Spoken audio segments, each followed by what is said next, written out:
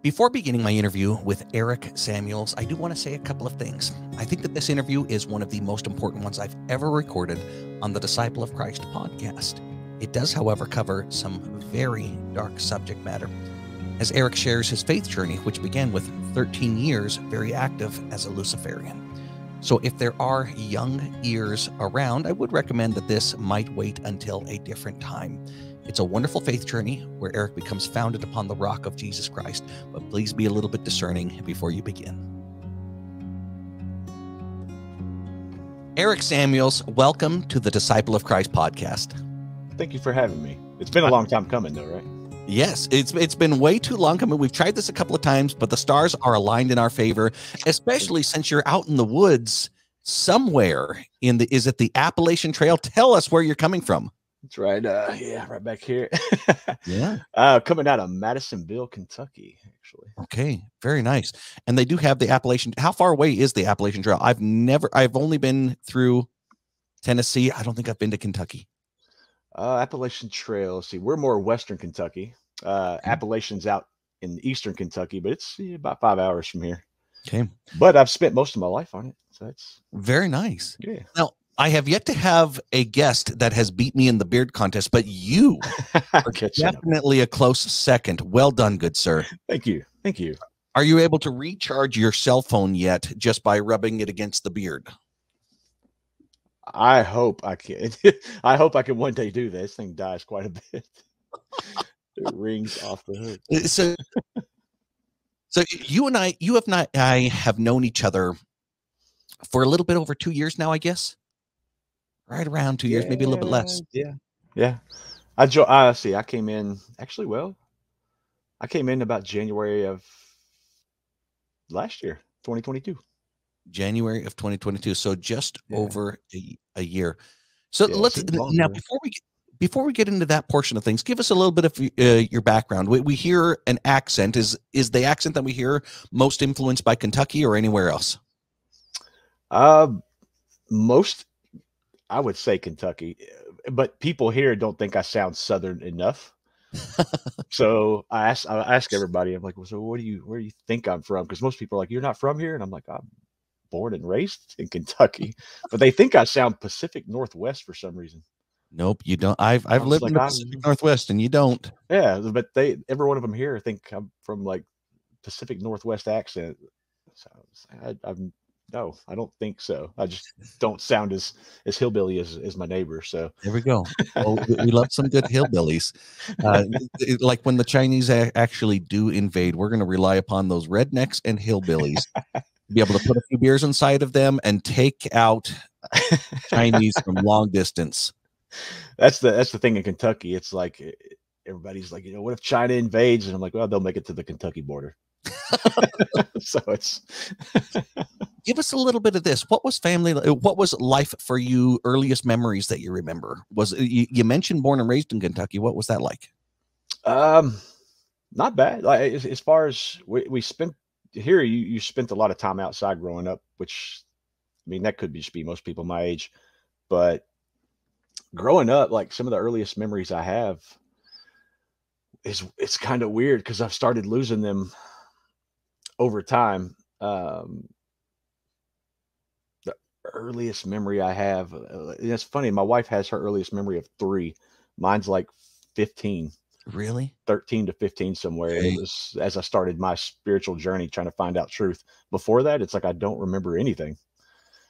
Before 15, because I've got so many memories of preschool and even some of them before that have stayed. Okay, yeah, 15 is when it feels like. Yeah, it's like I remember at 13 going on 14 starting to ask religious questions to people and to church members, to Sunday school teachers, Bible school teachers, is just never getting the answers I was not looking for, but the answers I knew inside. Yeah.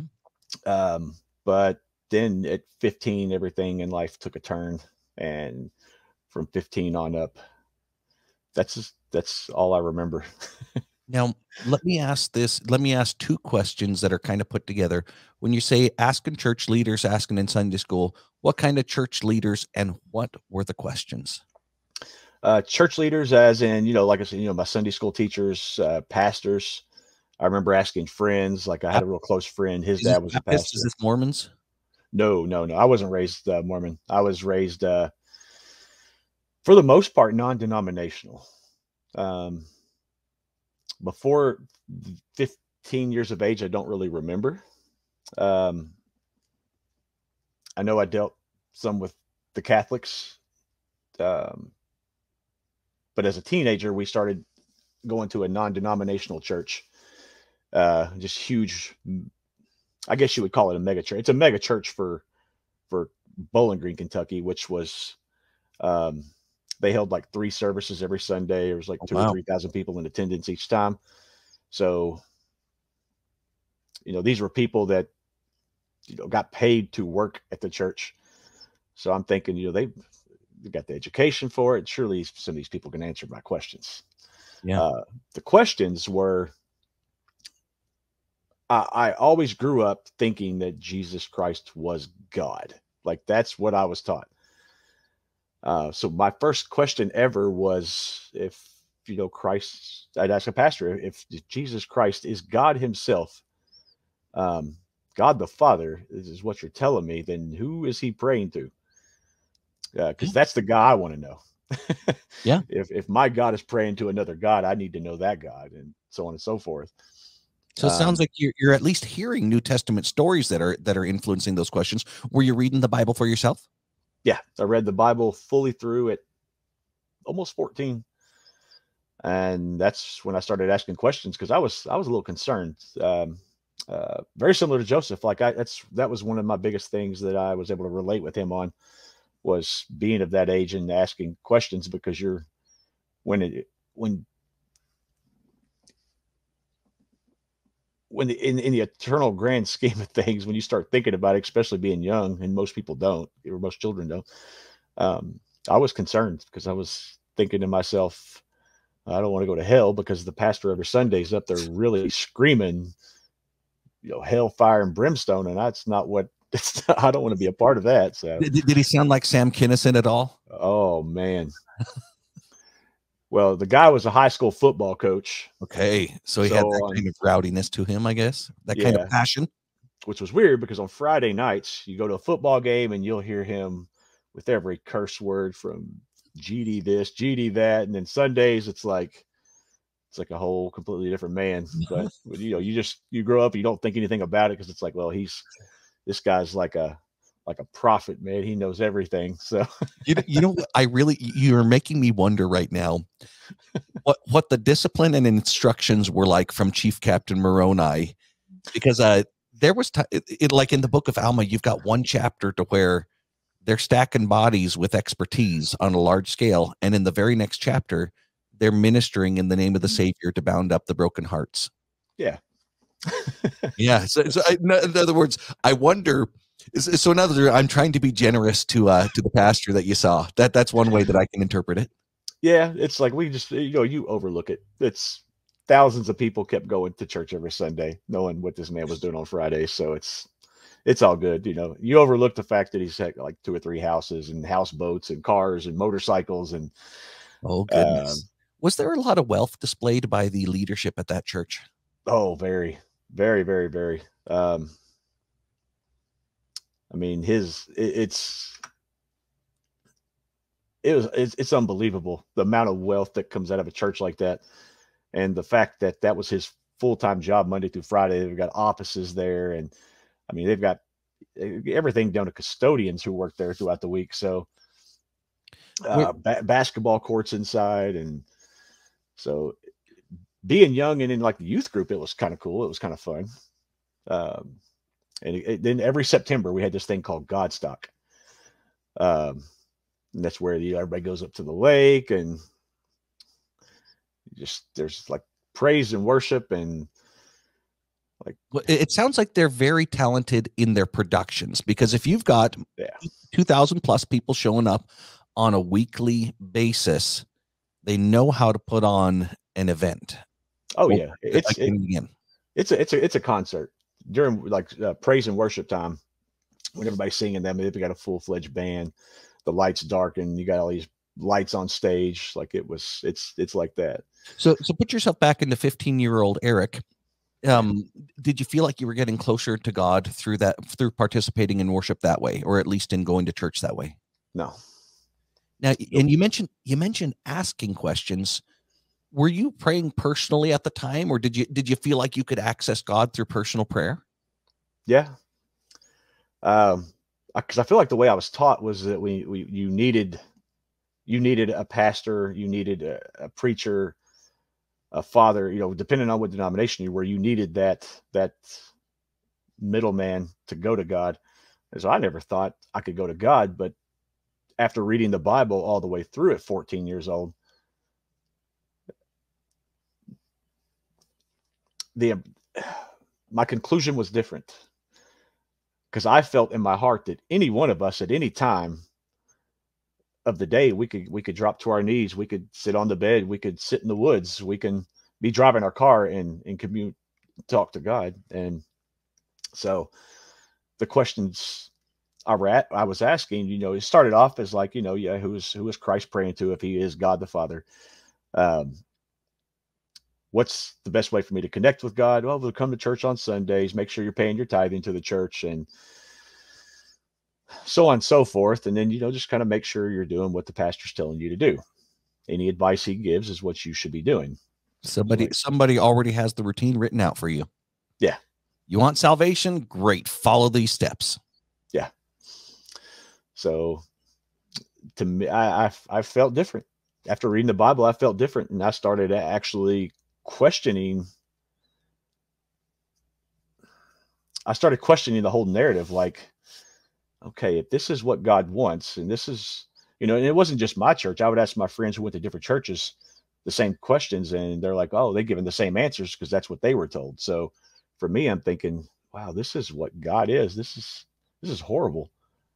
I have a God who loves me so much he won't even talk to me. So um, Did you did you feel like you were getting answers through prayer at that time?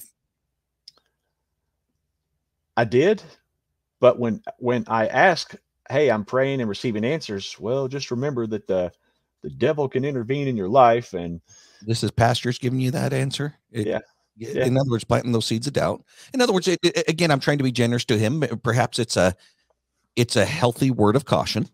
yeah. And so to me, I was like, well, yeah, I guess that's possible. I guess the devil could do that. So I didn't question it further, but my heart felt different, and at that point, I started weighing other options, thinking of other religions. Started doing a little more research. It weighed heavy on me as a teenager for a minute, and that's from that 14 to 15-year-old age, that year in there. That's when everything changed. Because here's what I'm hearing. Through your Bible study, you felt like I can access God at any time. The Yeah. religious leaders that you're connected with are giving you, at the very least, a warning, saying, "Well, it could be maybe the devil's trying to influence you." Did you? Would you say that you had a testimony of Jesus Christ as the Savior at that time, or still trying to figure things out? I would say a partial testimony, Okay. and at the time it felt only partial because in my mind I'm thinking, it's hard to have a full testimony because I only know about him what I've been told. And then when I pray and feel like I'm getting answers, they're telling me it's something else. So the only testimony I really had of him is what I've been told about him. Do you remember what specifically would you share with the pastor that would cause them to cast that seed of doubt? What would I share with him now? No, no, in other words, For, at that time, what were you sharing? In other words, were you telling them, well, you can go directly to God? And they were saying, well, and maybe the devil's deceiving you. Was it something else? What were you telling them that they're now throwing a wet blanket on things? mostly just like, I'm receiving answers as far as, hey, pastor, I've or even a youth pastor, but I've prayed about this, and so they're like, oh, well, what was you praying about? And I'm thinking, I ask them, like, I'm praying to find a better way to connect to God. How do I talk to God? They're like, well, you can't talk to God. You can pray and he can make things come, happen for you, but you have to pray to him. As far as his words to you, that's going to come through a pastor. In other churches, it's going to come through a holy father, so on and so forth. So for me, though, it was okay. So if I pray about something, it's going to be a spiritual thing, and it's going to be the message to me through my prayer is going to be something I hear on Sunday morning. So I maybe pray about something, come to church on Sunday, and the pastor may be like, I feel right now in the crowd that somebody, and I'm like, and that happened a couple of times where I'm like, oh, that must be me. Yeah. He must be talking about me. I guess he answered my prayer, but I felt like the Bible was something completely different. Yeah. That just, what I'm hearing in your description, what he's saying is, let me say something that gives me job security. That's how I look at it now. Okay. So exploring other religions, what avenues are you taking? And this is what, 15, 16 or older? Right at 15 years old. Okay. I started, I read a little bit on Islam because I was like, well, they believe in Christ. He's not like the Son of God, but maybe they're on something. Yeah, it's like they epic beards from them guys. And I knew two that I went to high school with, and they were super nice people. And they were really Muslims, really into their faith, and I respect that completely. Yeah. They live and die by it, and to me, I felt like that's what Christians should be doing. Yeah. But so young men in general, I was just going to say, young men in general, we love to have structure, like especially if there's uncertainty and there's an individual or organization that can provide meaning and structure. Boom, young men gravitate towards that. Yeah. So I started looking into that. I even looked into Buddhism. I think I weighed that option like twice in my life because I was thinking, well, just maybe it's just peace, love, and harmony and loving people. And so I found some goodness in that. Never really thought about evolution. That none of that made sense to me. However, I was with a buddy of mine, or a couple of buddies of mine, but one in particular, he was my best friend growing up.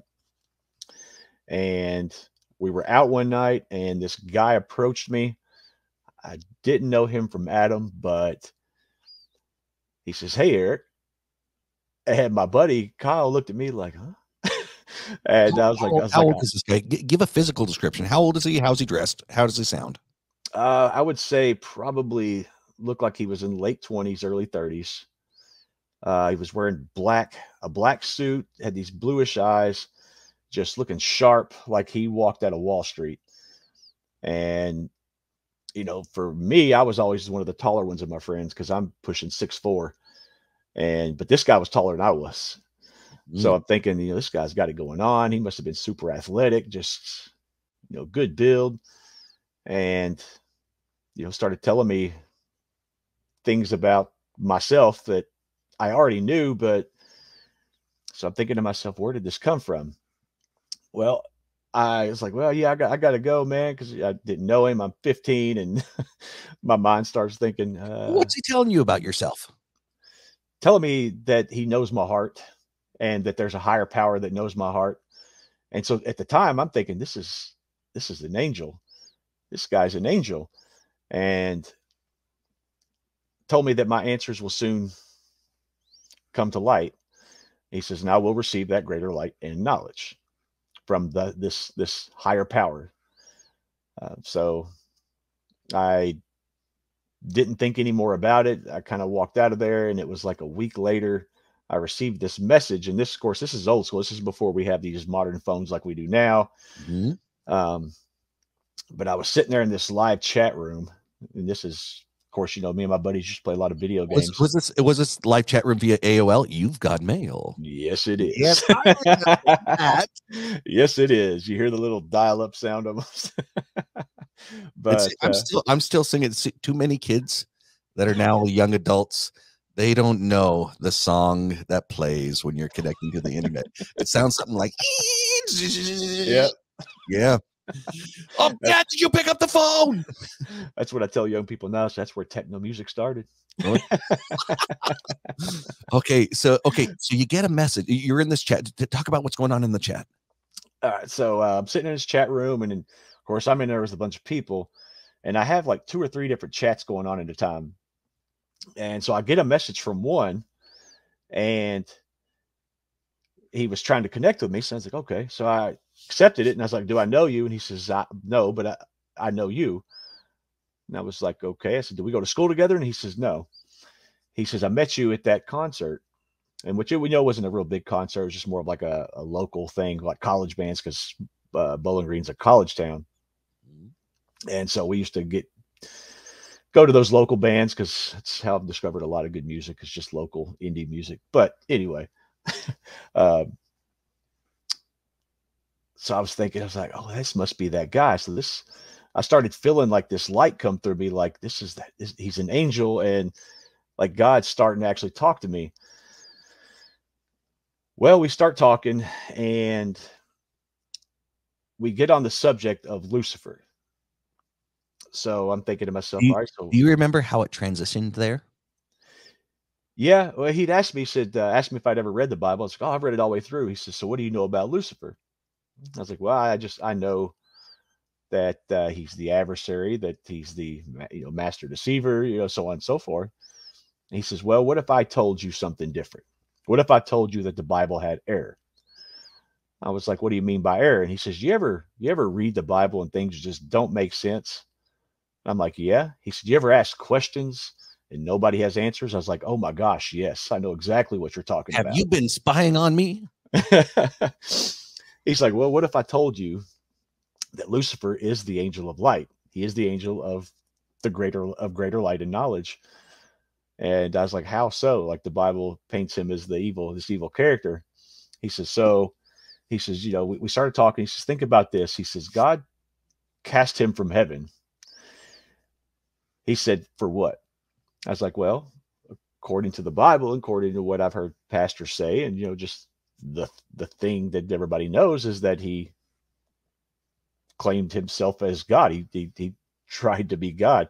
He says, well, that's because Lucifer realized in heaven what you're realizing as a mortal. And I was like, which is what? And he says that you could become a god. He said Lucifer was just the first to figure it out. He said Lucifer put his eternal salvation, his home in heaven, he put all that on the line for you.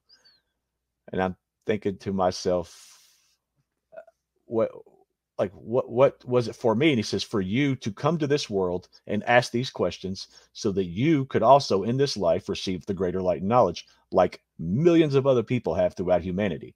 He says, even the many, many people on earth today who are already there.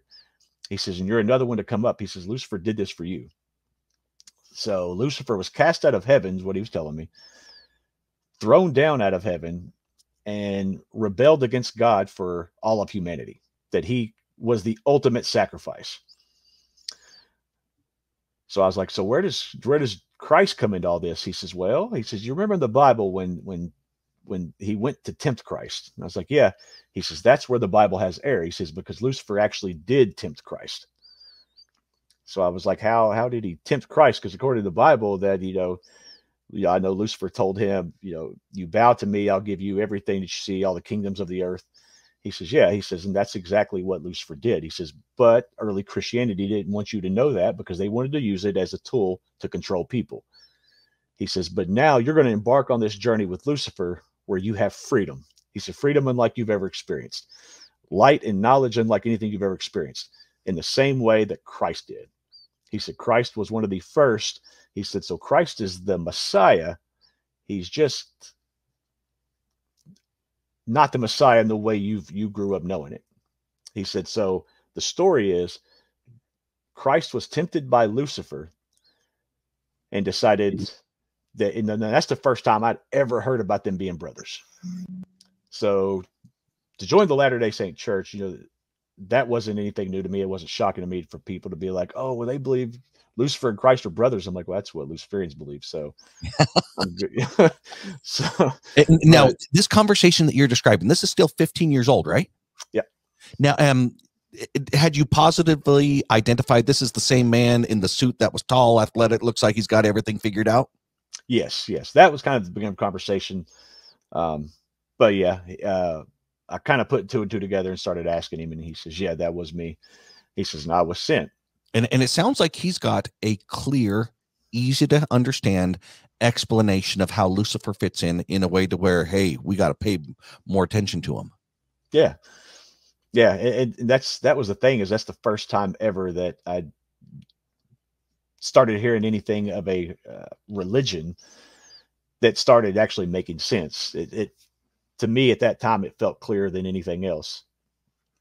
And so, and see, there's even that sort of event playing out in the LDS temple drama, to where Adam says, I'm not going to partake of the fruit. And then he goes to Eve and he gives Eve a greater explanation. This is how Father gained his knowledge. You're going to know the difference between good and evil. Your eyes are going to be open. And Eve responded to his explanation. Is there any other way? There's no other way. And she partakes of the fruit. Yeah. In other words, Lucifer has success in explaining things to where that is greater light and knowledge than I currently possess. And this is the way to do it. And wham, bam. Yeah. Yeah. And that's how it was, that's how I started seeing everything was, okay, so Christ fits into this narrative that he's realizing, wait, I don't have to die. And Lucifer told him, he says, you will die for all of humanity. He says, but the cause, basically the cause is going to be different. So I guess that Christ had actually recognized from Lucifer that, hey, you yourself can become God. And this guy told me, he says, that's one thing Christians adopted over time, is that Christ is a God. He became God. So through Lucifer's sacrifice, through Christ being tempted by Lucifer, that it's been a spiritual battle with God and I guess the angels of heaven ever since, over our minds and hearts, and God trying to enslave humanity while Lucifer's trying to enlighten us. And so to me, I was like, oh man, that makes so much sense. I was like, and this is perfect. Like, I always knew that I was meant for something greater. I always knew that I was on to something. I was like, so now it's starting to make sense to me that this is how it works. And I was like, so what do I have to do? And they're like, well, you have to do the blood contract in the same way that Christ did his. That's why Christ died. So your blood contract is going to be yours, and the millions of other people before you, and in the millions of other people after you, are going to go through the same blood contract. And that blood contract is to represent the atonement of Christ for all of humanity, so that our minds and hearts can be open to greater light and knowledge. He says, that's why you might find sometimes people calling Christ the morning star, and some people call him Lucifer the morning star. He says, they're brothers, man. He says, they're one and the same. Oh my. So Christ was the first to go through this blood atonement. This guy seems very skilled at reaching people with a Christian background. Easily. Yes. I mean, he was really good. And I knew a lot of people who were actually former atheists who ended up becoming Luciferian. They were, when asked, why are you atheist? I grew up Christian, and it was stupid. It didn't make sense. And this guy and countless other people around the world are out like this, recruiting and planting these things in your mind to be like, well, okay, I used to be a Christian. Now I'm an atheist. And I always knew there had to be a higher power. It must have been Lucifer. This narrative makes so much more sense. And that's the way it was for me. He's like, you can talk to Lucifer. He'll answer you anytime. He says, that I can promise you. Without a doubt, you go to Lucifer. He said, he's on it. Snap of his fingers, he's on it. Anything you want in this world, you're going to have it. He said, so you're not going to be a man who's enslaved to religion, enslaved to doing this or that and following the rules. you're going to be a free man who's going to have anything you have ever wanted in this life and the next. So that's when I started asking the questions. So what about the next? What happens after this? And that's where it really got interesting for me. So he told me, he says, well, you're gonna go through this life, and this is not the first time you've done it. He said Lucifer was cast out of heaven many, many, many, many lifetimes ago. He says, and it's been an ongoing battle for him and many others like him. He says there's been many different Lucifers, so to speak, that have gone through this. He says, but ours is our God, and he has watched us go from one life to the next, and working as hard as he possibly can with these, what he said, these so-called demons. He says as they want to call them.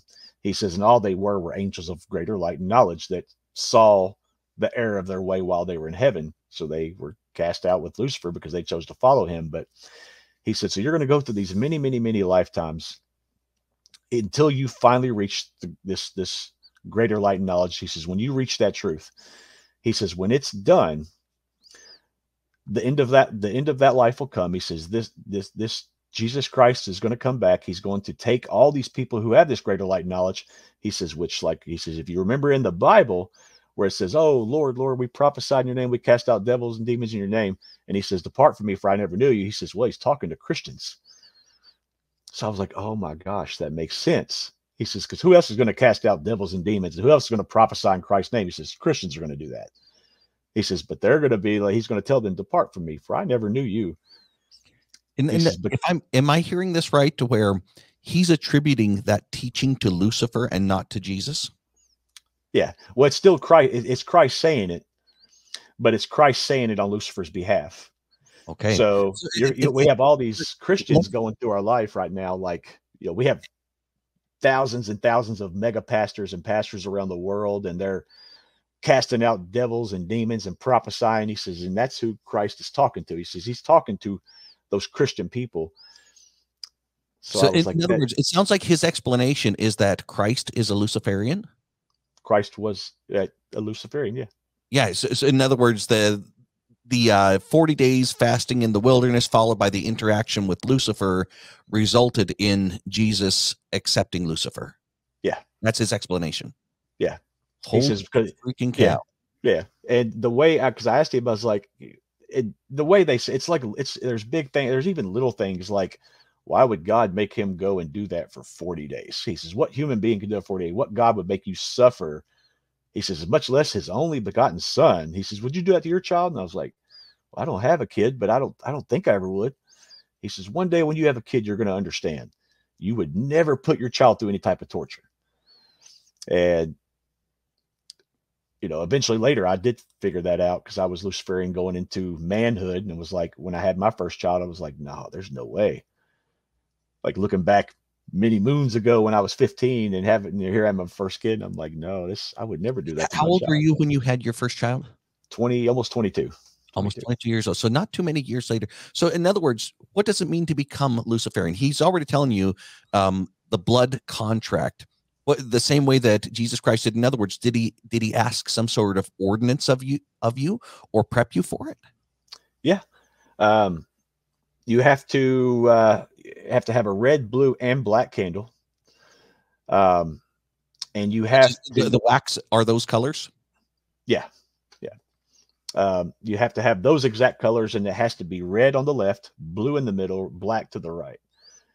And you have to have a fire in the middle of it, because when you do this blood contract, you're signing your name in blood. And then this is going to burn, and the ashes are going to go to the heavens, which is where Lucifer is currently at. So when they think heaven, it's not like, oh, there's only one heaven up there, but there's many, many heavens. So that's what I did. Was he just expecting you to do this ordinance with the candles on your own, or was there gathering? Because I'm thinking of Christians in general. They gather together, at the very least, a small group if somebody's going to get baptized. How is this? Is he just saying, do this on your own? So it's both. How much of this is in person? Because I know it started again. You met in person. He knew something about you. The chat happened online. How much of this is him teaching you in person? How much of this is using a digital tool? At first, it was just a digital tool. The chat room. The chat room. Yeah.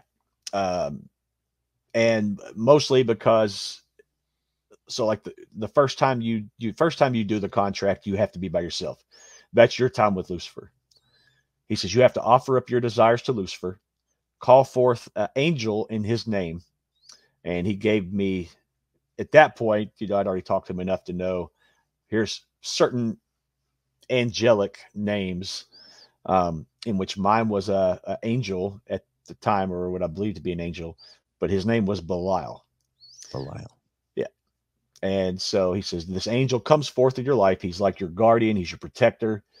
And all of these things are going to happen to you. He says, but the angel only comes, only a certain angel will have to come depending on the desires of your heart for your life. So mine was like, being successful, having a lot of money, sky's the limit. I wanted these worldly possessions. And it sounds like it's very influenced by that first meeting of somebody who seems to have it all figured out. Yeah. Yeah. Your mind starts to go there. You're thinking he's got it figured out. His spirit and faith is figured out. He carries himself well. He's got everything he's wanted in his life. Like he's got the best of everything. And there's Christians suffering from worshiping God. So that's how they looked at it and how I started to view it. So I offered those things up, and I burned my contract after signing my name in blood. Was this inside a home, outside? Where is this taking place? This was actually outside of my home that I grew up in. He says, and once it's done, you'll take the remaining ashes and bury them into the earth. He says, because that's where the ashes will return is to the earth. He says, and that's a symbol of I guess how we're buried in a way, how we're burying ourselves and offering up our spirit. So it's like you're burying the flesh and offering up your spirit. So those ashes that float to the heavens is symbolic of the spirit floating up to heaven. The ashes that remain is the body. And you put that in the earth and you bury it. And that's exactly what I did. He says, then you'll want to bathe yourself. He said, make sure you cleanse yourself of anything that is of God. I was like, okay. So I did that. And then, so I woke up the next day and started feeling different. And it feels almost like a superpower because you feel faster, you feel stronger, you feel smarter, you feel like you're more connected to the world. You feel like you're more connected spiritually. And as you're reflect on it again right now, in other words, this is very different than somebody just psyching themselves up. You're noticing a physical response, right? Yeah. Yeah. As soon as I woke up the next day, I had a good night's rest and woke up and just kind of stood up and started feeling like $1 million. So I started going about life. My grades in school went from, just the average grade from an average kid to just 100 on everything. And my parents even were like, they were calling the school. It's like, hey, how's Eric doing in school? Because he's not bringing homework, not bringing homework home. Like, oh, well, he does it at the end of class and turns it in. And they're like, that fast? He's like, yeah, it blows our mind too. It's like this is a very smart, bright young man, but he does it in 5 minutes, turns it in, and he scores 100 every time. What's happening to you as you're doing these homework assignments? Do you feel a level of dedication? Do you feel like clarity and answers? Yeah, it's like you just know it. It's like you get a math question, it's like you're working out a problem that you didn't know before, but now all of a sudden you just know it. So it's like it feels like you almost have like a photographic memory, everything you were ever taught. You just remember everything. And same with your body too. It's like you can, we were faster and we felt physically stronger. I started dating the most popular girl in school at the time, even, and I'd asked her out before, and it was like, oh no, she had no interest, no reciprocation. No.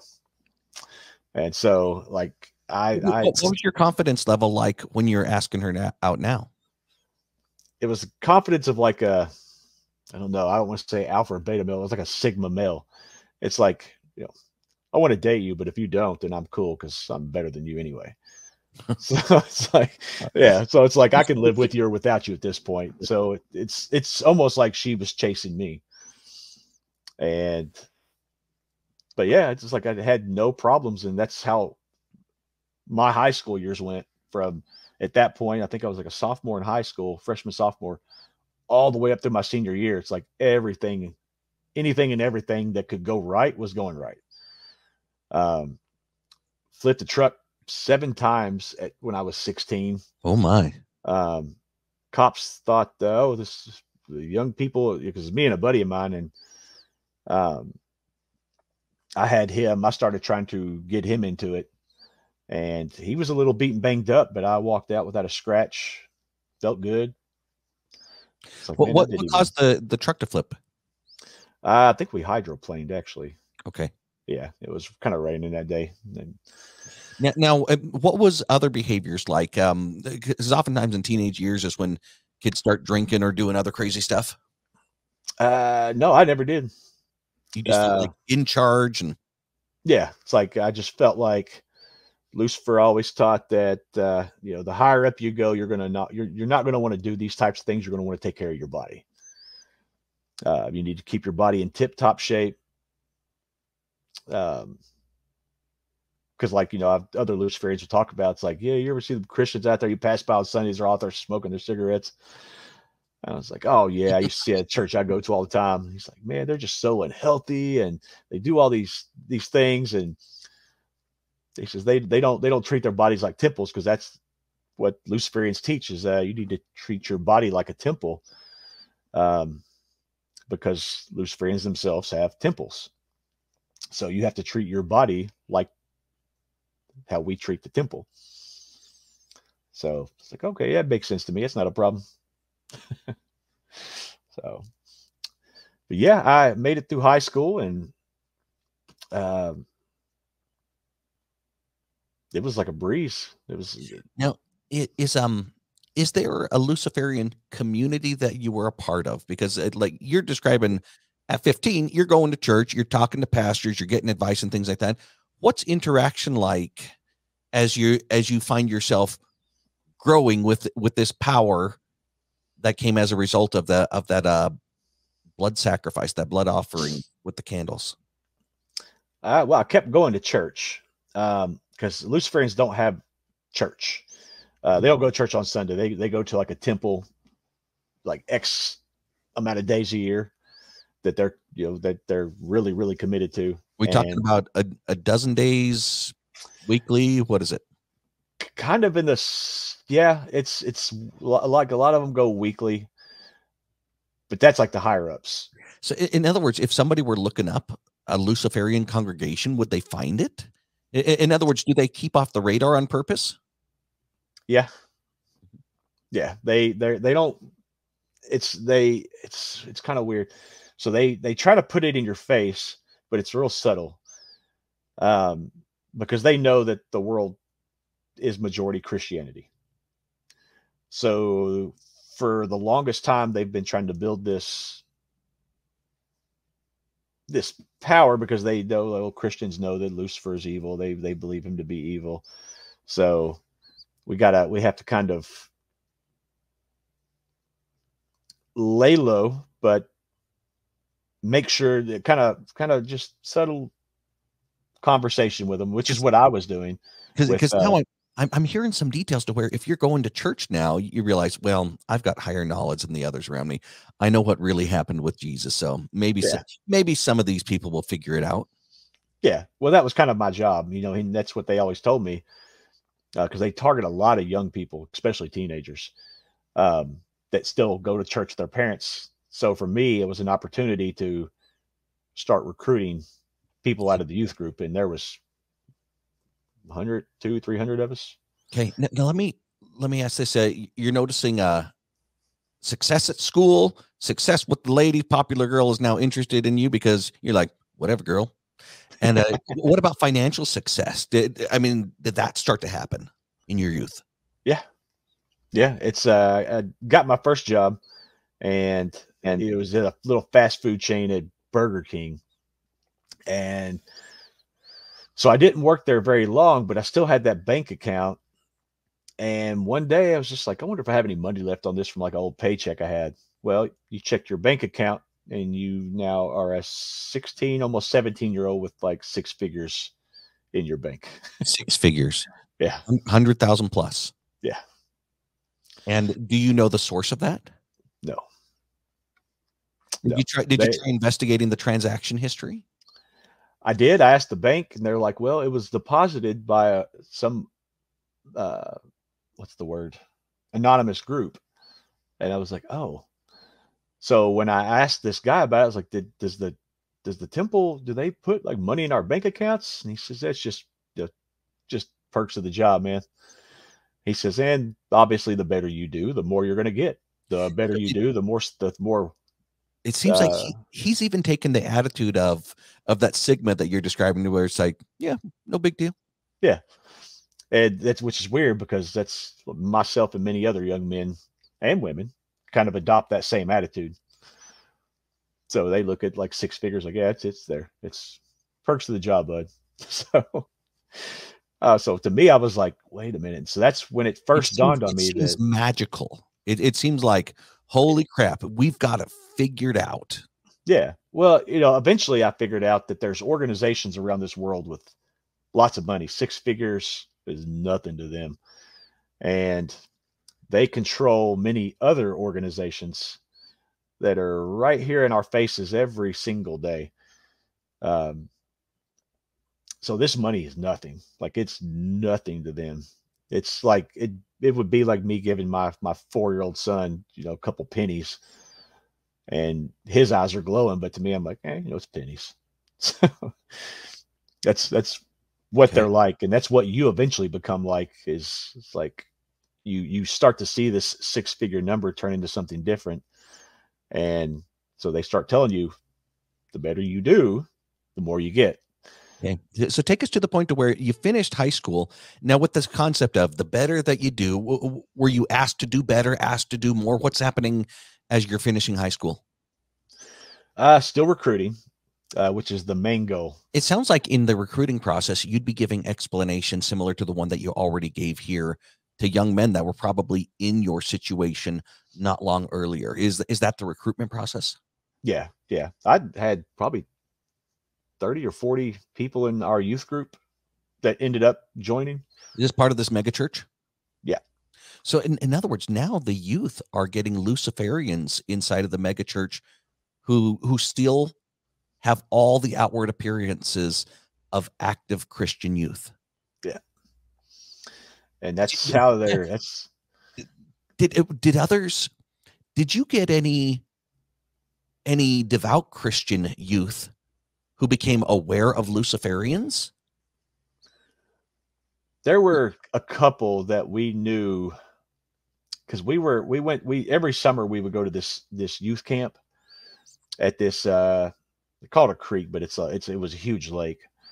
But there were 2 or 3 that I was always watchful of. And a good buddy of mine's like, man, I think they're onto us. And I was like, well, if they're going to be onto us, then we're just going to have to handle this our way. So we get to this camp, and at this time, when was it? I think I was 17, about 17 years old. We're at this camp, and at that time, our church actually branched off, and there was another church in a different county with the same name. So the goal for this mega church was to go through every county and have a church with the same name.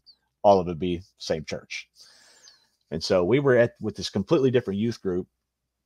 And this guy was like talking to my girlfriend or something like that. Cause me and her went to church together. This popular girl in high school I dated, we also went to church together.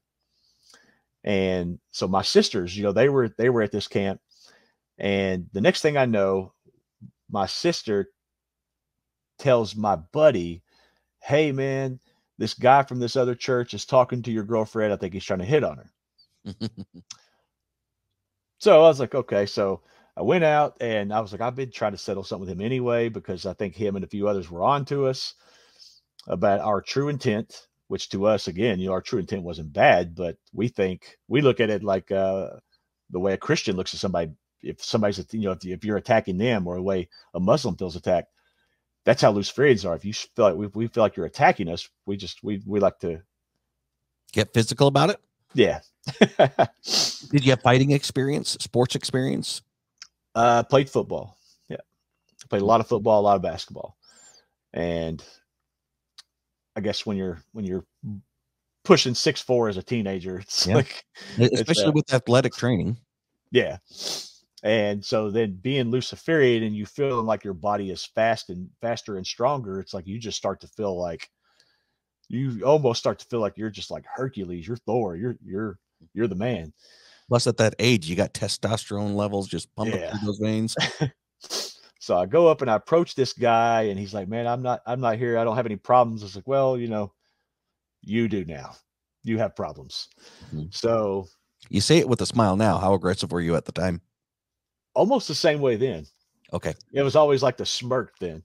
So my buddy, like, don't really matter, because a lot of people will put on the aggression, that bravado, because of their insecurity, they're compensating for it. So you've got a level of like confidence and calmness even as you're about to get physical.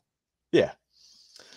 So the guy's like, man, I don't want any problems. Like, so my buddy looks at him and says, look, man, if you want to walk away from this unscathed, get on your knees right now and worship him.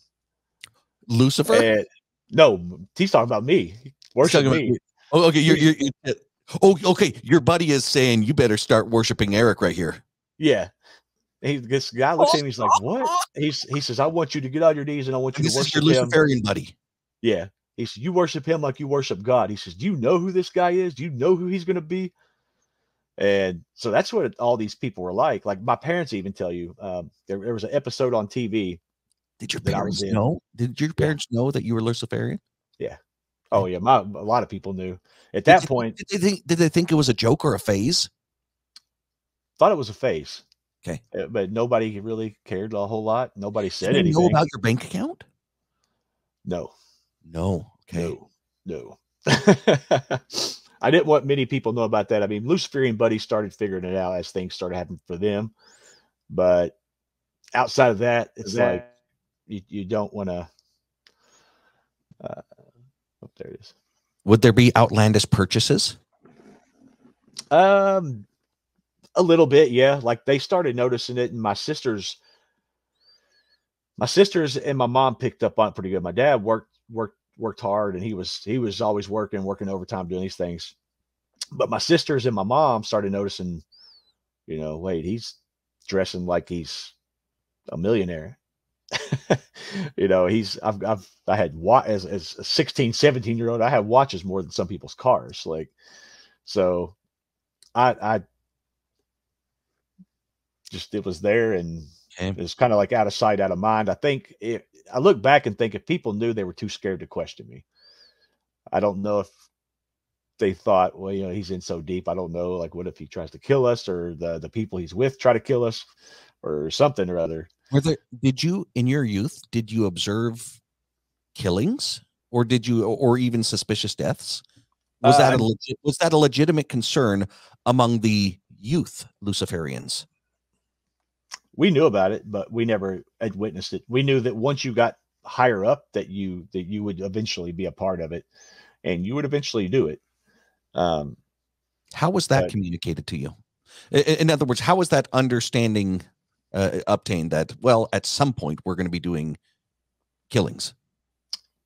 When you're young, you don't really, it's like you're so wrapped up in a moment, you don't think about it. But the moment you do think about it, you're thinking to yourself what they're telling you. And in which that comes much later. And for some people it comes early, but it's all dependent on your timeline. But there eventually comes a point to where it's like they tell you, or I ask them, it's like, so I heard that there's like rituals and sacrifices, like human sacrifices. And the guy told me, he says, there's a reason that thousands and thousands of people come up missing every day. And there's no evidence. There's no people ever found. And I was like, so what's the deal with that? He says, that's when you go to the next level. He says, you will move up to a high priest. And once you reach that level, the only way up is through that sacrifice. And I was like, so what happens after that? Like, like I've got money. I got money now. He's like, that's when you know you'll reach like, that's where some movie stars end up, professional athletes, professional musicians, politicians, uh, influential people in the world who are super famous. The next level of society. Yeah. He says, it's where your name will be known around the world. You may be an actor. You may be a big rock star. You may be a professional athlete, a politician. So I was like, are all of them a part of it? And he says, no, but there are a lot of them who are. A lot of them make it to that point as to be like, I'm now an actor. I'm now a musician. And then at some point, after they make it to that point, it's like, well, if you really want to get known, if you really want to go down in the Rock and Roll Hall of Fame, here's this. He said, so that's kind of where it goes. He says, and then, not all of them do that, but he says the vast majority of them are.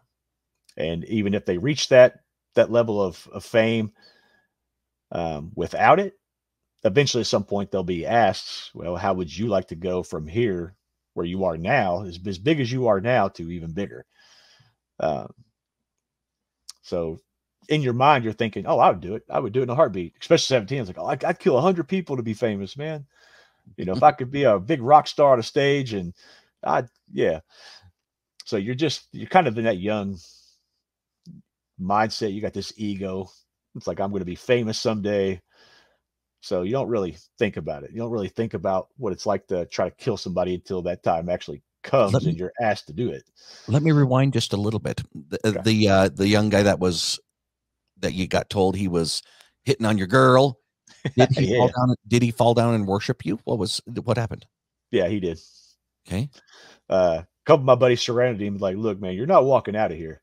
You willing to like take the greatest beat down of your life for God? And he was like, I mean, I don't want to get beat up here. And so they made him do it, and he started like worshiping me as God.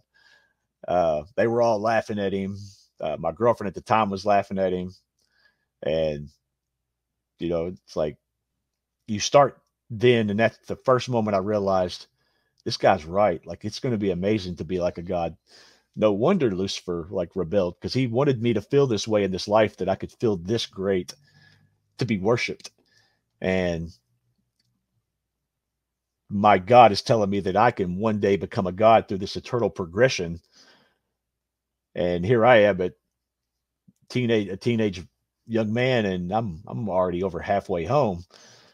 So for me, it was like my next life was going to be doing what Christ had done. So I knew by the end of my life, I knew that I would go from high priest to prophet. At some point in there, I would become a prophet. One of many prophets, but a prophet nonetheless. And once I was done with that, I get to come back, and I get to be a Messiah. I get to be a Christ. Do the Luciferians teach that people like Isaiah and the other prophets of the Bible, that they figured it out, that they knew that Lucifer was the real deal? Yeah. A big thing in Luciferianism is, it's so weird because it was a question I always ask. But Jacob's ladder, that is huge when you're Luciferian. The Jacob had it figured out, because Christians are teaching when you live this life, you die, you go to heaven or hell. And Luciferians were teaching Jacob's ladder. Yeah. There's people ascending up, there's people going down. And that's what we're doing until we ascend all the way to the top of the ladder. And so to me, that made sense, because I always wondered, it's like, well, what was his vision about? What was, like, pastors always told me, oh, that's through this life. And I'm like, well, some people don't get this opportunity like we have to hear it, especially, depending on what part of the world you're from. Like, that's not fair to other people. Well, God knows our hearts, so he places us where we are in the world for a reason. Okay, I guess I'll go with that. So, well, let me ask, now that you're recruiting others, you're having success, you're feeling what it's like for another person who should be a peer of yours to fall down and worship you, you've got the financial success. How often is it? Did you have somebody that would be considered the Luciferian version of a pastor or a handler? Was it this same individual throughout these next few years? He was the same individual for as long as I could remember. Okay. Throughout the whole And thing. How often would there be a check-in or reporting? Does it seem official, or does it seem just kind of natural? You're meeting up with him, talking about how things are going. kind of natural. It almost feels like a good friend who could say a word. Like looking back at it, it's like a good friend who could say a key phrase or grab you a certain way, and boom, you're snap right back in. And with the hindsight that you have now, was there certain triggers with touches or words? Yeah, usually it was like a shoulder touch.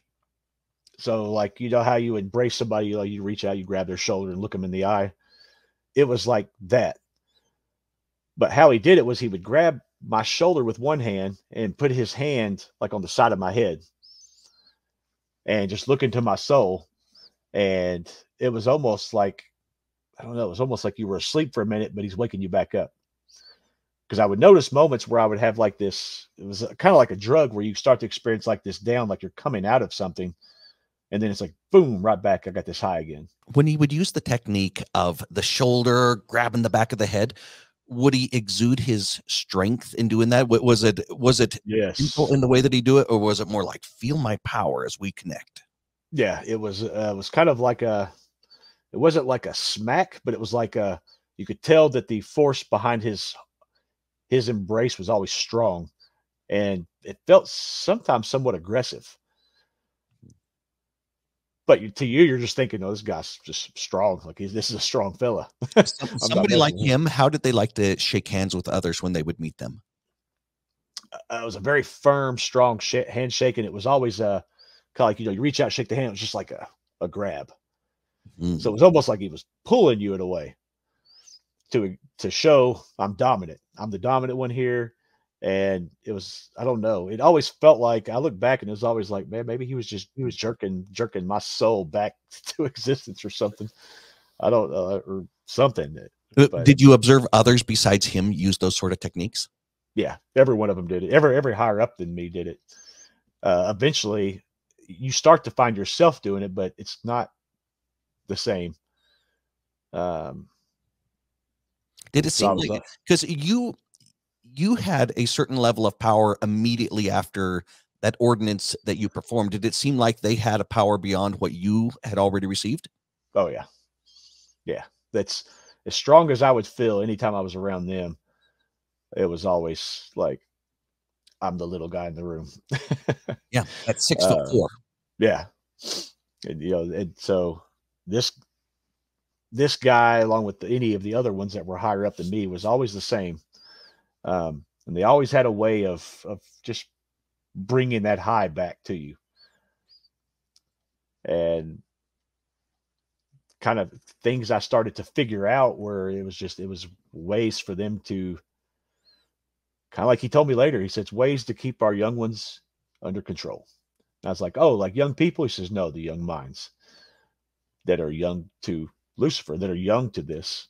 And he's referring kind of like eternally young, to where they might have not progressed as much in this process of lives going on. Yeah. That's what he's describing. Yeah. So he's like, and one day he says, you'll get it. He says, you're on a fast track there. He says, and you'll be a big deal. You'll be somebody in this life. So it's kind of where I was ready to go, especially coming out of school. So, okay, finish in high school. Go from there. Okay. So it kind of went through the rest of high school, and most of it was the same. It was, good grades, kept the same girlfriend pretty much the whole entire time. Played sports, hung out with my friends. Like we did quite a bit. And is there any feelings about like a teenager youth like yourself just being physical with his girlfriend? Did it turn into sleeping together? Yeah. And ain't no big deal. No, no big deal at all. No, it's not something you even think about. It's like your first time you've done it 100 times is what it felt like. Yeah, because so much of what you're describing, it's kind of like we've got this figured out. Yeah, It's a biological urge. Why try to put it off? Yeah. And that's the thing too, is like those sexual things, being Luciferians, very aggressive, very, very aggressive, like especially looking back at it now. Did you observe anything that indicated homosexuality? Yeah, there were homosexuals. There was like homosexuals and a lot of Luciferian homosexuals I knew. Because generally speaking, like when people hear that term, somebody's gay, they're usually thinking of a stereotypical effeminate. Was it effeminate among the homosexuals in the Luciferian community? Yeah. Okay. Yeah. Yeah. They Lucifer pretty much would take anybody. He was like they would always say, is like, he's not a hypocrite. He did this for all of humanity, no matter our sexual orientation, no matter how we felt, no matter how we identified, no matter good grades. It seems like no matter how strong of a Christian background somebody might have, what the Luciferians are teaching is almost identical. Yeah. And then they've got certain fruits to be able to show, you see how we've got figured out more? You're suffering here. Yeah. You don't have to. You got tricked into it. Yeah. They're like, it's kind of what they told me. It's like, you were born Christian because you had no choice. Now you have this freedom. And that's how I looked at it. But yeah, no, high school was pretty much the same up until my senior year. I graduated early because I had enough credits. Actually, I had enough credits going into my senior year, but I had to stay one semester. So here I was, 17 years old, graduated from high school, or left high school that December of that year. They're like, yeah, just come back in June. You'll walk the line with the rest of the class. So me and a few certain buddies got to leave school early. So during that time, that 6-month gap from Christmas, leaving it semester, to coming back to graduation and walking the line, even prom, that was actually the first time we actually got to go to the Luciferian temple together. So that's when I realized how everything felt more powerful. Everything felt more real. I got to see things as far as the power that's around this world. Not just spiritual, but the kingdoms of this world and the things that are in it, and how much control Lucifer actually has over this world, just by going through their temple. And so were you 17 or 18 yet when you went through the Luciferian temple? 17. What is there markings on the outside? Do people know that it's a Luciferian temple? No. Okay. Because they don't use, they're not like Satanists. And that's what I get all the time, is it's like Satanists. I'm like, no, Luciferians don't wear a bunch of black or paint their fingernails. They're actually very clean cut people. They're very powerful people. You could be walking down a street next to a cop and he'd be Luciferian. Your handler that you met in the suit the first time, he was probably clean shaven. Oh yeah, very clean shaven. They were real big on that, which is, to me, was kind of funny. That's why I think I've always wanted to grow a beard after I left, because I was clean shaven so long, and I was just taught to be clean shaven for so long that, I don't know, just kind of my side note, but it's like, I want to grow a beard. And so what would, if somebody were walking past that building, that Lucifer, did they refer to it as a temple? Yeah. It's called the Luciferian temple. If let's say that somebody who is going on a walk and they walk past it, what would they think that building is? It would look a lot like an LDS temple. There's just no markings on it. No markings. Now give the description. Did you mention if you were 18 yet or not? Yeah, no, I was still 17. Still 17. I didn't turn 18 until that following May. And this was December of the year before. I was still 17. And it was February. February is when we went.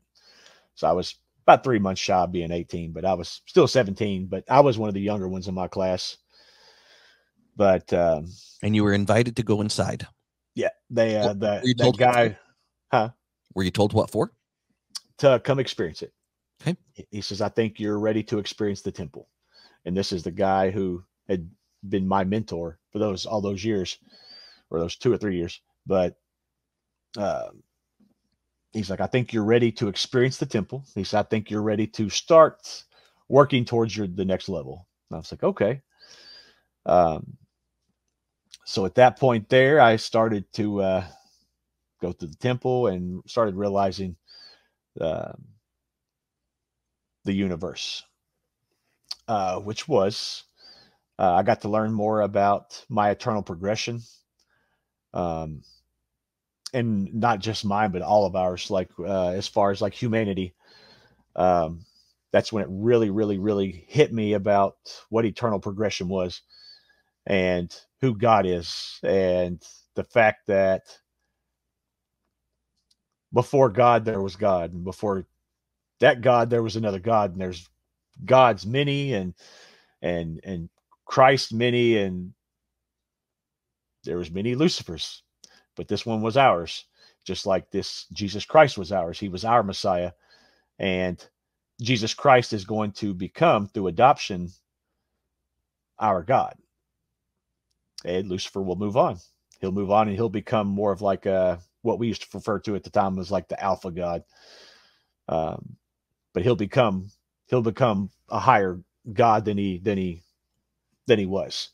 It's still through this life, he was more considered like what we would call a lesser God. So once this world comes to an end, this spiritual battle, this battle of Armageddon takes place, where Lucifer and Christ come back and defeat the Archangel Michael. They'll go on and then defeat God himself and all of those saints who chose to live a miserable, slave-driven life to him. And those people will ultimately become, during 1,000-year millennial reign, will become slaves to Luciferians, to where they will build our kingdoms for us. So we'll have them as slaves for 1,000 years. And then at that point there, during that 1,000 years, God doesn't exist, because he's at that point, he's just a memory.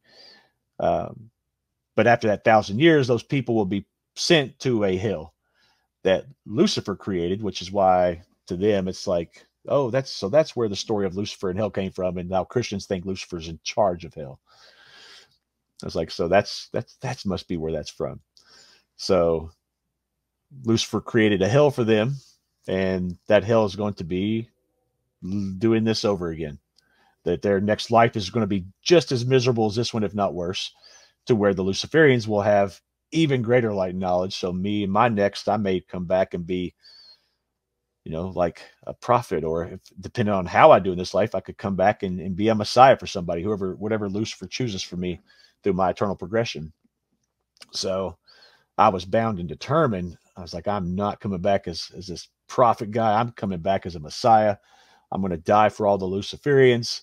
Because at that point there, I was really gung-ho about it. And I was like, I'm ready for it. I'll do it right now. Like, come get me, Lucifer. Send me somewhere else. I'll go die for I'll die for 10 of your worlds. This mentality that you're expressing, is this how you were at 17 as you're going through the temple? Yeah. Because going through the temple, it started opening my eyes to those things, and the people I was talking to there, and I met. Are you witnessing ordinances? What's being shown in the temple, in the Luciferian temple? Ordinances they have one similar to baptism. It is in water. That's actually where you receive the Holy Ghost. So when you're baptized by fire in the Holy Ghost, you receive that in the temple. And there's a special room for that. When they feel like you're ready, when they think you're... Is it an immersion? Yeah. When they feel like your mind is there, they will call you forth. You don't get to choose when it happens. You don't get to be like, oh, Lucifer, I keep praying about it. They choose when that happens for you.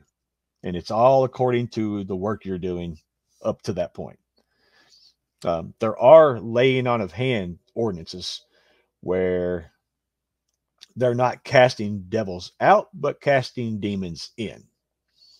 And so it's to give you greater power. Yeah. And that's one of the biggest parts of the temple. Kind of like how, well, like Latter-day Saints, when they go and do baptisms at the temple, this is the big thing that Luciferians did in their temples was they went to the temple to have that laying on of hands from those higher than them, those men who have been a part of it for a longer time, where they gather around you, they put their hands on you, and you can feel the force when they touch you, because it's like a forceful, kind of like we was talking about earlier with like those handshakes. As they go to grab you, it's just the same, and you feel this jolt come through your body. And they're like, "Did you feel that?" And now, I'd be like, "Yeah." And they're like, "That's the spirit coming through you. That's the Holy Ghost." So I was like, "Oh my gosh!" Like I felt that. I really felt that, and that's where they're casting the demons in. So these demons, aka what we call at the time the angels, were in our life to protect us more than we already were, to bring up further blessings, further greater light and knowledge, and just to help out in every part of our lives. Okay. So as you go through that, what's next for you? And as you're now becoming 18 years old and beyond, did you end up marrying the girlfriend? No. She eventually, she got scared. When I started going to the temple more, she got a little freaked out, and I think she left. Were you going to the temple once a week, once a month? What was it? I was going, when I was 18, I was going like once a week. And this was up in Ohio. I would travel all the way there to go do it. What would you typically do as you attended the Luciferian temple? Receive more ordinances, perform ordinances? Receive more. Okay. In which at that point, the only way you can actually do the ordinance is you have to be above a high priest, which is what I was at the time. So I was working my way. And this is Kentucky, isn't it?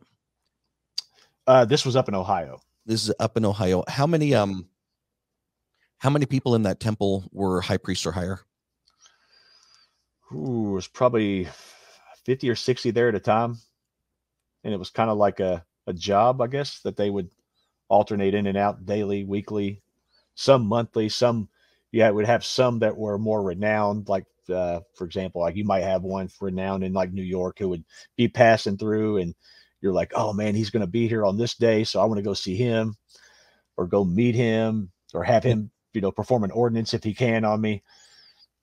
And typically speaking, they would go unnoticed in their communities. In other words, they were not known as Luciferians, just as successful men. Yeah. Successful, powerful men. You could tell by the way they carried themselves, by the way they talked. It was very aggressive. Were any of them Christian leaders? Yeah. What percentage would you say? Somewhere around the ballpark, around 60 to 70%. Were Christian leaders. Yeah. Who were actually Luciferian. Yeah. It was their way of trying to indoctrinate the church. Yeah. And through time, and this is one thing that they always told us, you're never going to do this overnight. You have to do this just little bitty pieces at a time. For some people, individuals, you could, if you feel that they're progressed far enough, but you could give them a little more of that meat. But as a congregation as a whole, you have to subtly start making those changes. And that was something that kind of got me, because I was like, well, was I already there? Like, I don't know. But at the church I attended as a young person, like, was I already at one? But I never knew. But yeah, there's about 60 to 70% of them are actual preachers, and not just Christian preachers. Most of them go into Islam. Most of them are Buddhist teachers. Most of them are religion and theology professors, and actually there's quite a few of them there were. Most of them have religion and theology degrees, which is what I ended up getting through college to go major in, was in the science of religion and theology. I just kind of wanted to follow suit. I was like, I want to be like these men. I want to be able to, when I touch you, I want you to feel this power, this force behind my touch, and to know that there is a greater power in this greater light knowledge behind who I am and my touch and my presence. But so, yeah, there's a lot of them are world leaders. There was a lot of politicians. ton of them were politicians, but I knew guys who, well, men and women who were, like, I want to go be an actor. Most of them would go out there, and not that I knew them personally, but, knew the stories of how a lot of them wanted to pursue that. And that's what happened for them. A lot of them wanted to play professional sports. That's what happened for them. A lot of them wanted to be famous musicians, and it happened. So they really, that's when I realized, like, these people are some of the most powerful people in the world. And the crazy part is the ones that are more powerful than them, you don't really see on TV every day. You can't turn on ESPN and see them, or turn on a movie and see them. These are people that are in a darker place in the world. They're like in the depths, hidden in society. Yeah. They're the most powerful. And there's like 1% of them. And they pretty much control everything else. They are controlling the strings to everything that you do. Every individual is thought and planned out by them. And once you're in, there's nothing you can do about it. You either do what they're asking you, you do what they ask you to do, or you've got a target on your back at that point. So. In other words, is there any voluntary sort of like, well, I'm going to stop paying my membership dues. I'll see you guys later. It's been a good run. I'm leaving the country club. Yeah, it's not that easy. That's actually where most of the people come up disappearing from. Okay. So take us through, how are things progressing for you as you're now 18, 20s? Did you end up getting married? What happened? Yeah, got married, had a kid. How old were you when you got married? I was 21. Did she know your religion? Yeah. But again, it's one of them things. It's like when you meet a guy who has a lot of money, most people never even questioned it.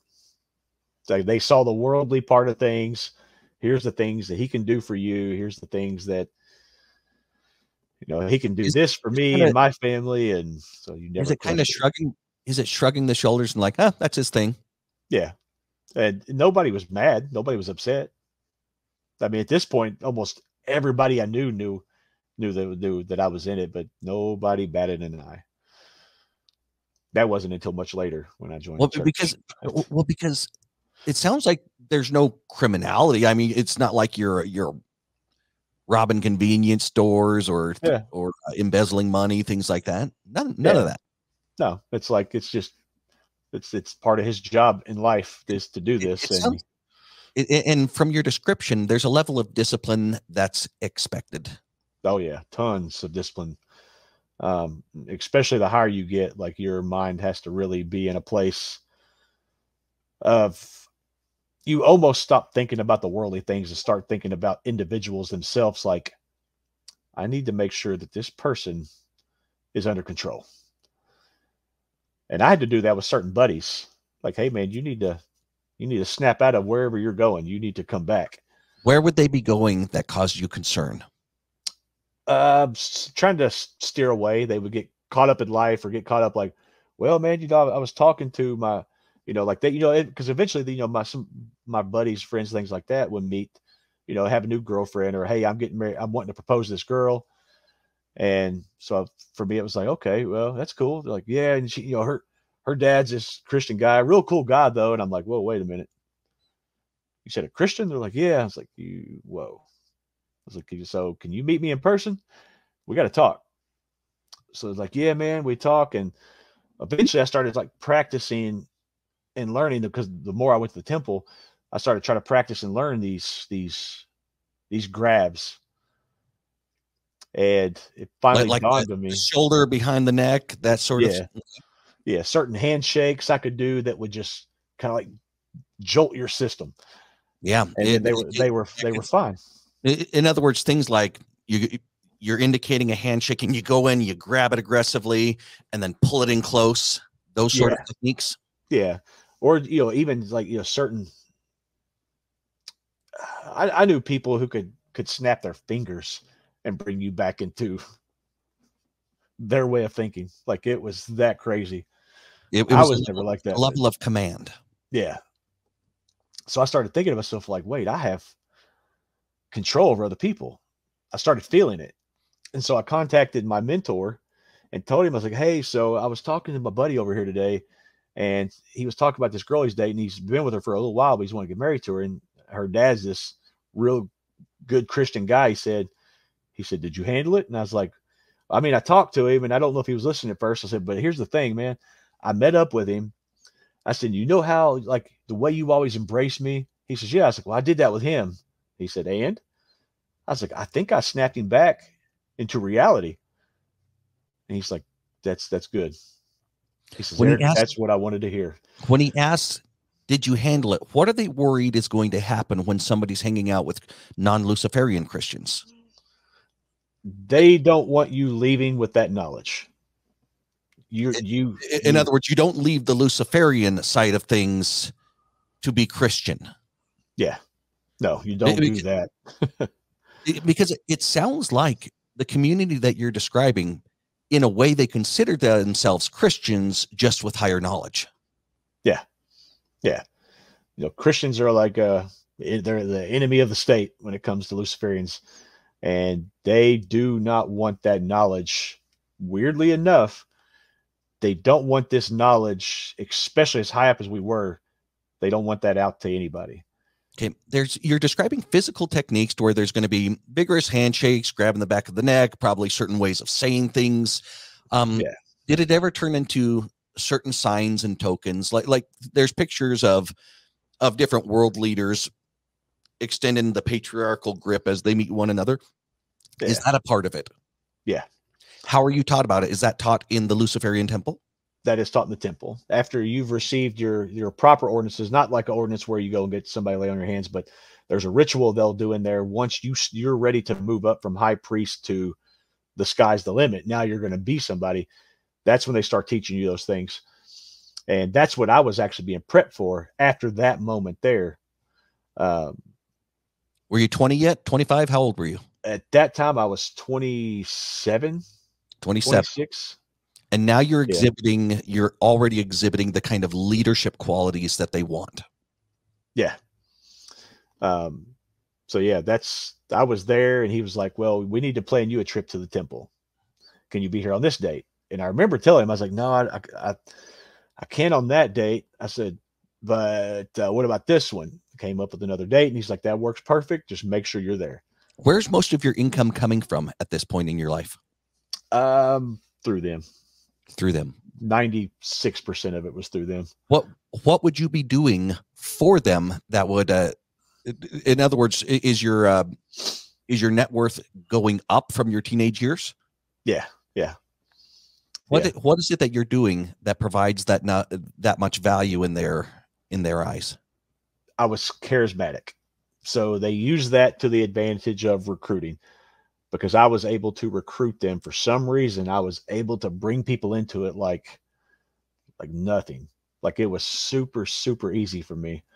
Some people I always heard about or talked to, it's like, man, I don't know, my hometown, I'm having a hard time. For me, it was, the town I'm from in Kentucky, we were the second largest city in Kentucky. And so it was a bigger city, but even then, like, there's like 2 or 3 mega churches in that town, and a lot of people who were claimed to be Christian. So you think it would be hard, but for me, it was easy. Like, it was super, super easy.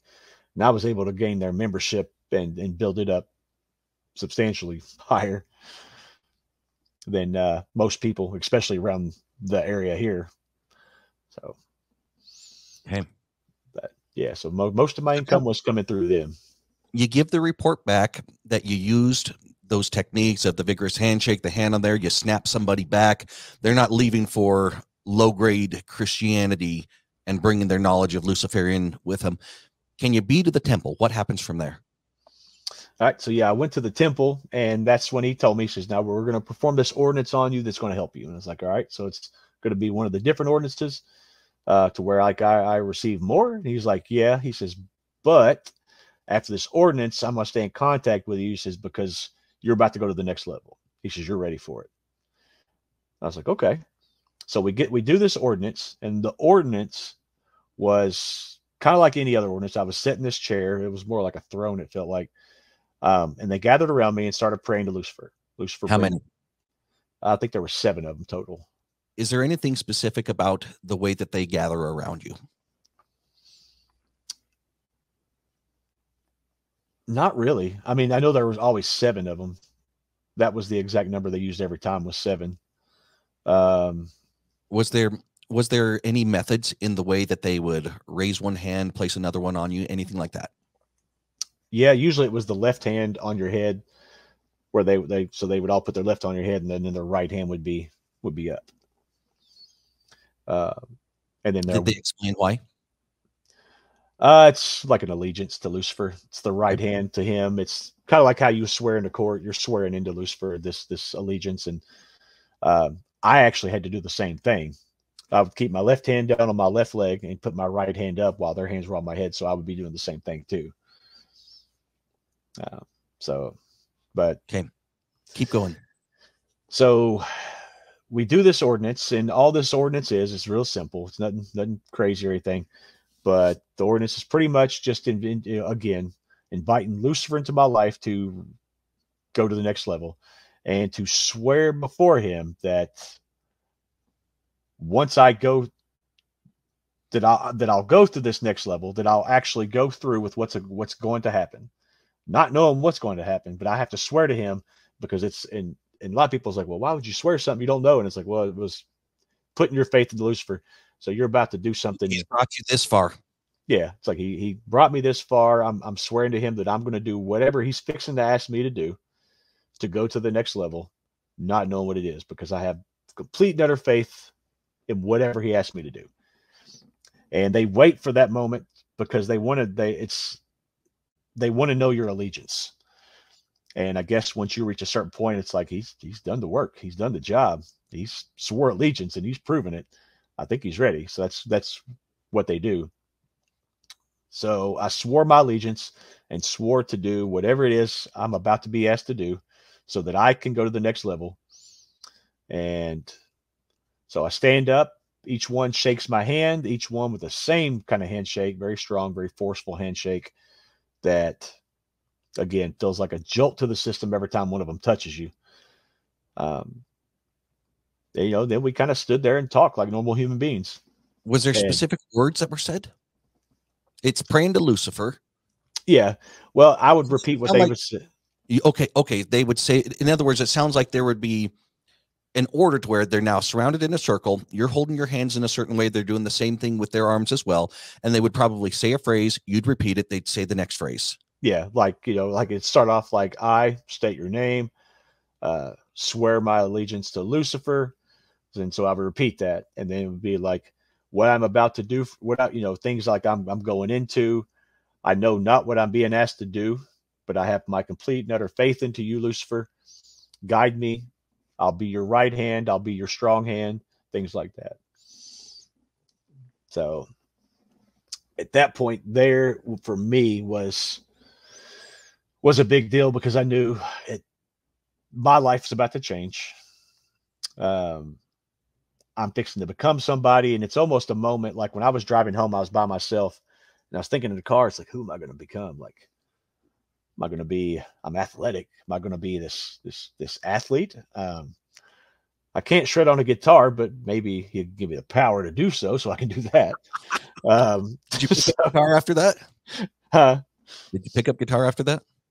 I tried, but that wasn't it. Said the prayer wrong. Yeah. That's kind of what I was hoping for, honestly, because I grew up a big Metallica fan. But anyway, but no, I had this moment of in my car, like anything I've had before that, to where it was like, I don't know what I'm about to be asked to do. Like, it could be a small task, it could be a bigger task, like it could be anything. And I just hope that whatever it is, that I'm able to go through with it, and I will go through with it. And I remember in my car, like literally feeling like how most people pray to God in their car. I was doing the same. It's like, Lucifer, you've had my back for so long. Like, we have now been at this for 12 years. You've got my back. You've not steered me wrong yet. You've opened up my mind, my heart. I know the truth. I'm going to do it. I'm going to do whatever you ask. Well, the next thing I know, It was a few days later, and my mentor calls me and says, "Hey, are you ready for this?" And I was like, "Yeah." He said, "I have your target." I was like, "My what?" And he says, "Your target." He says, "It's time for the sacrifice."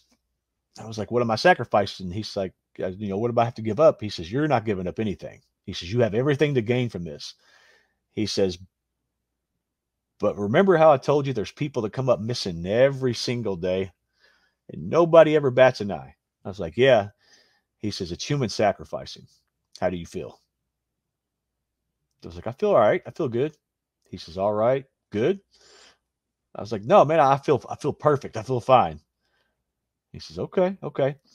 He says, "Well, this because we feel that you're ready for this. This is a huge responsibility."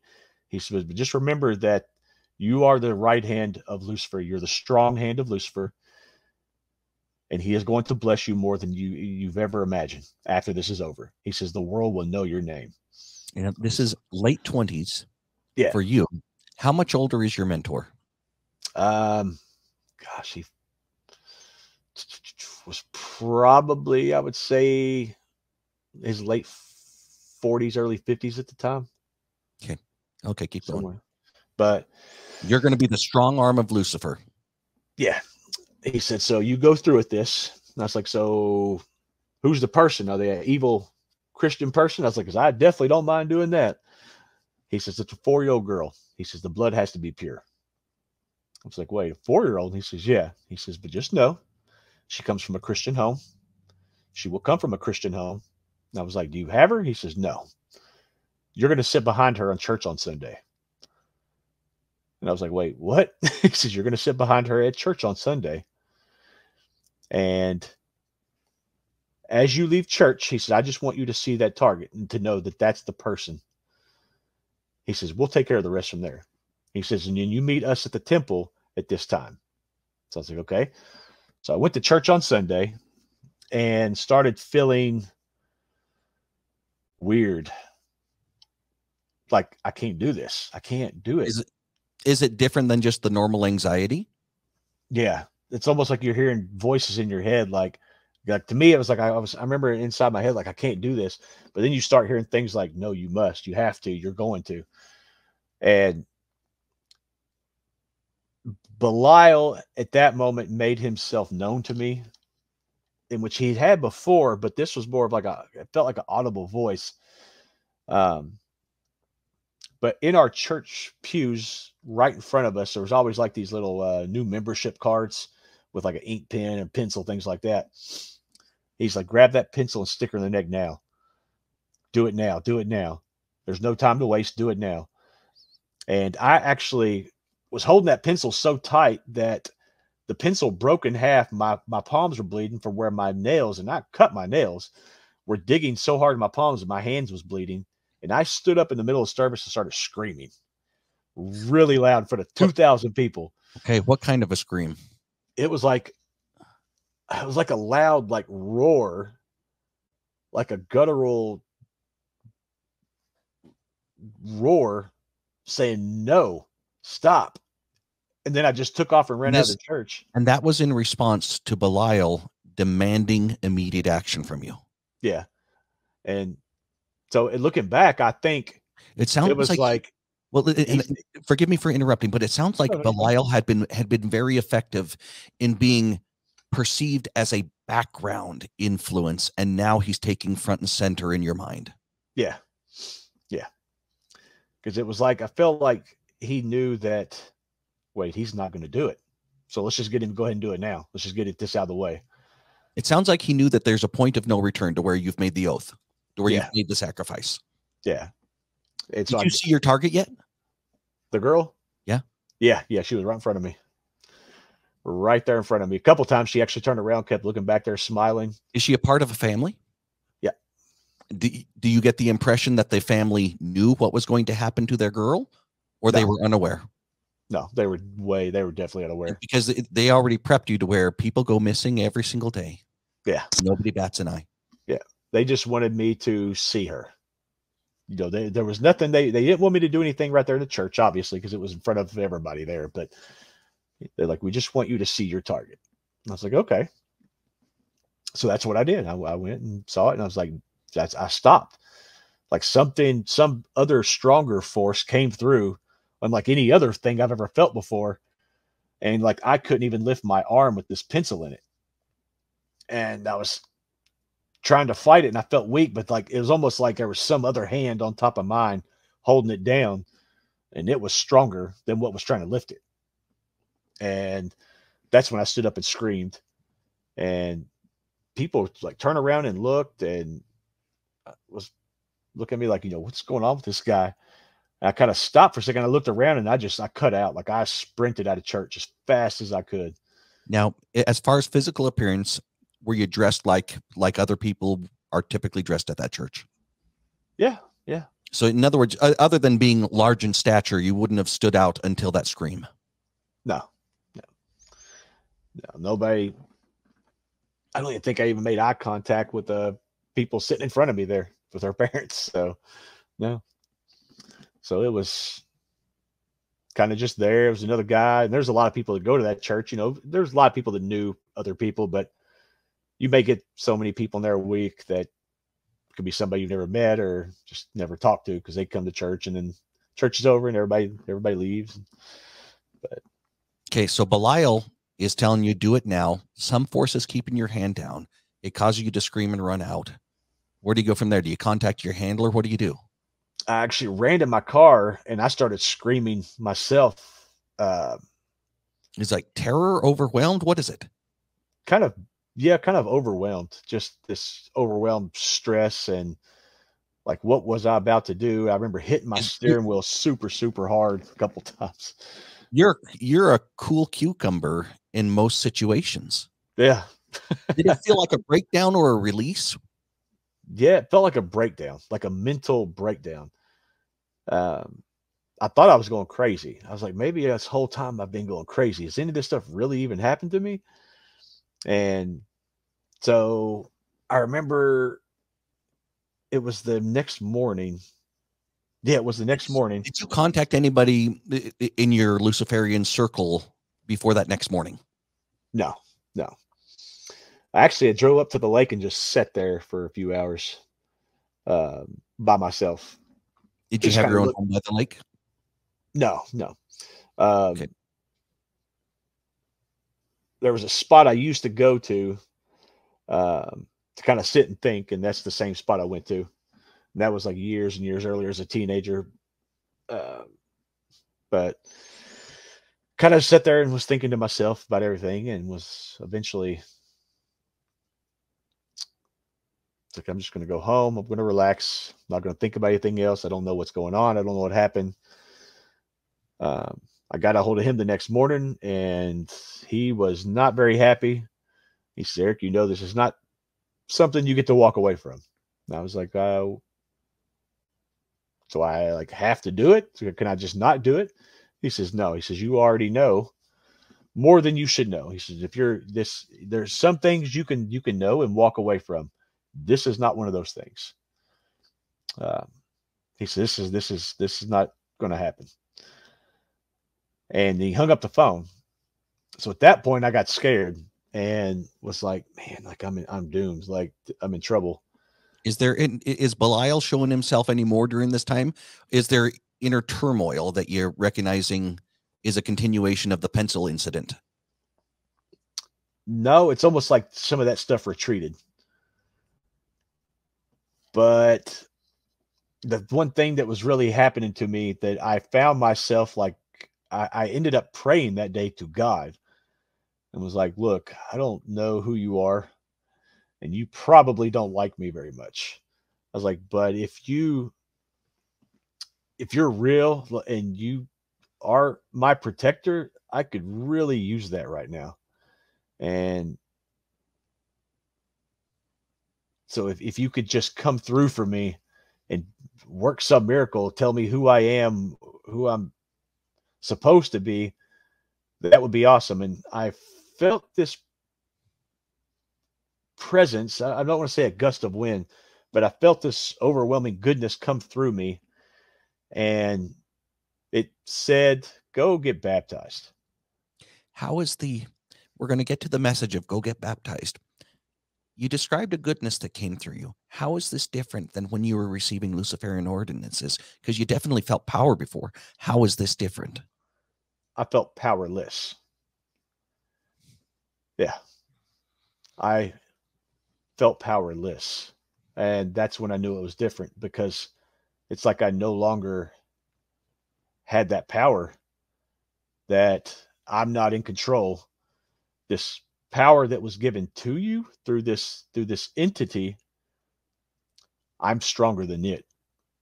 And I'm here to show you that the power you possess and the power that these angels and this Lucifer and these other things that you possess, I'm here to show you that those things are weaker. By making you, who's had this power all this time, who's experienced all this power, I want to show you how weak you really are. I want to show you how weak those things you've worshiped really are through my power. And my body went limp and I hit the floor. So that's when I knew. I was like, that's you. That God, that's you. That you really is you. This is the first time I've ever felt you. And that's what I said vocally. I was like, I don't know if you're talking to me because I can't hear your voice. I'm not hearing an audible voice, but I feel this presence of strength and protection. And I was like, they're going to kill me. They're going to come after me. And again, it was like this just gust of, no, it's, you have been prepared. I've been waiting for you. And now it's time. Go get baptized. We'll go from there. But first I want you to show me that you're willing to listen to me when I tell you to do something. That if you go do this, I just want to know, like I said, that you're listening to me. If you do that, we'll talk. I'll be waiting, as I always have.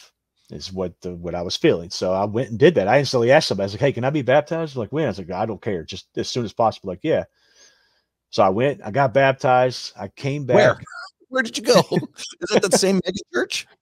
Huh? Is it the same mega church? Yeah, I went there actually. Because I kept asking God, I was like, where do I go get baptized? And he said, go get baptized. Go. So I don't think it was so much of like, in other words, he knows whose instructions you're following. You're following his instructions. It seems like those performing the ordinance is of secondary concern. Yeah. Because I kept praying. I was like, I want to know the truth. Like, what church is true? What's all this mean? Go get baptized. So I think that was my first instruction. And that's what I did. I went and got baptized. And this was a matter of like 2 days later. Because I went on a Friday and was like, can I be baptized? Like, when? I was like, as soon as possible. Well, I could do it for you Sunday. And even in the baptism, like, something tried to stop me. I ended up, my skin turned gray and I started throwing up everywhere beforehand because they started praying. Was this by yourself or did others witness? It was my mom, dad, the pastor, and like 4 or 5 other people. Witnessed the gray skin and the puking? Yeah. To all these things. And that's been the blessing to it. It's what made me not feel crazy was the fact that to most everything that's happened in my life, there's been witnesses, many witnesses in some case. If it wasn't for them, I probably would have felt like I was just a guy going crazy here on earth. Probably need to be locked up in an institution somewhere. So, but yeah, that happened. And this other guy's like, no, we're putting him in the water. He's going in that water today. And so I was like, no, I have to go to that water. Like, we're going to get you there, young man. I was like, no, you don't understand. I have to go to that water, whether you want me there or not. I'm going in that water. So I went in there and I did it. When I came out, so when I came out of the water, I instantly felt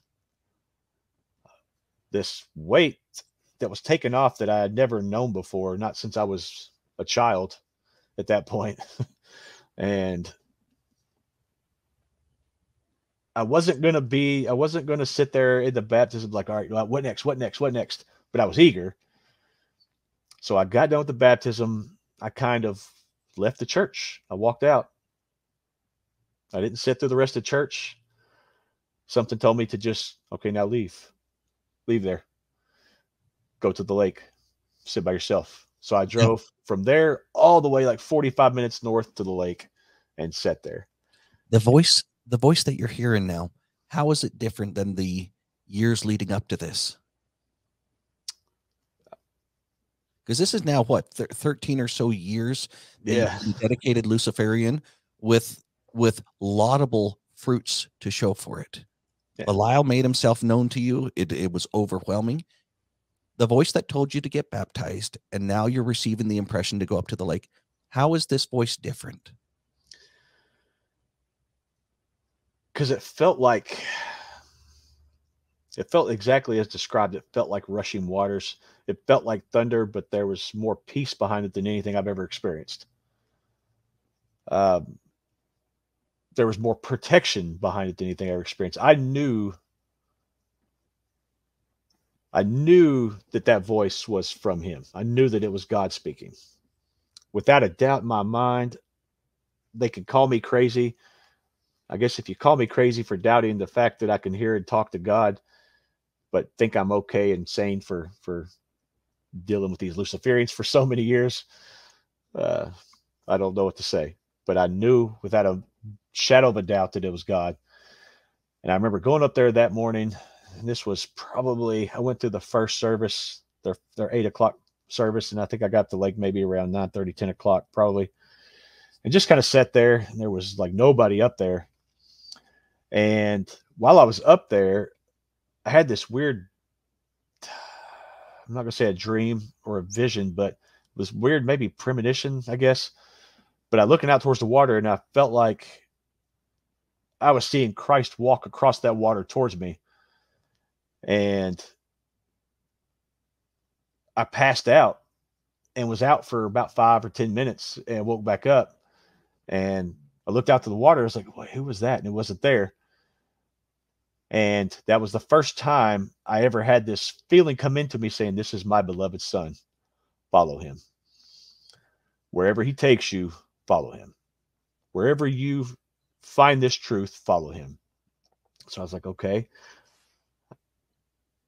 So my journey began. I didn't have a church, but I had a God who had a son who died for me, who shed his blood for me, who put everything on the line for me. I didn't know where we were going to go, but it's like, I've got faith in you. I've got faith in you. I could only imagine how you must have felt 2,000 years ago when people were spitting in your face, when people were mocking you and hitting you as you were dying. And as committed as I was to Lucifer, God, now I am your son's right hand. I will be his right hand. I'll be one of many of his right hand. I will shed my blood. I will die for him. I will be a martyr for him. You can mock me, spit in my face, but I will fight you back. And I'll do it with love if I have to. And that's when my wife came. And she was a Latter-day Saint.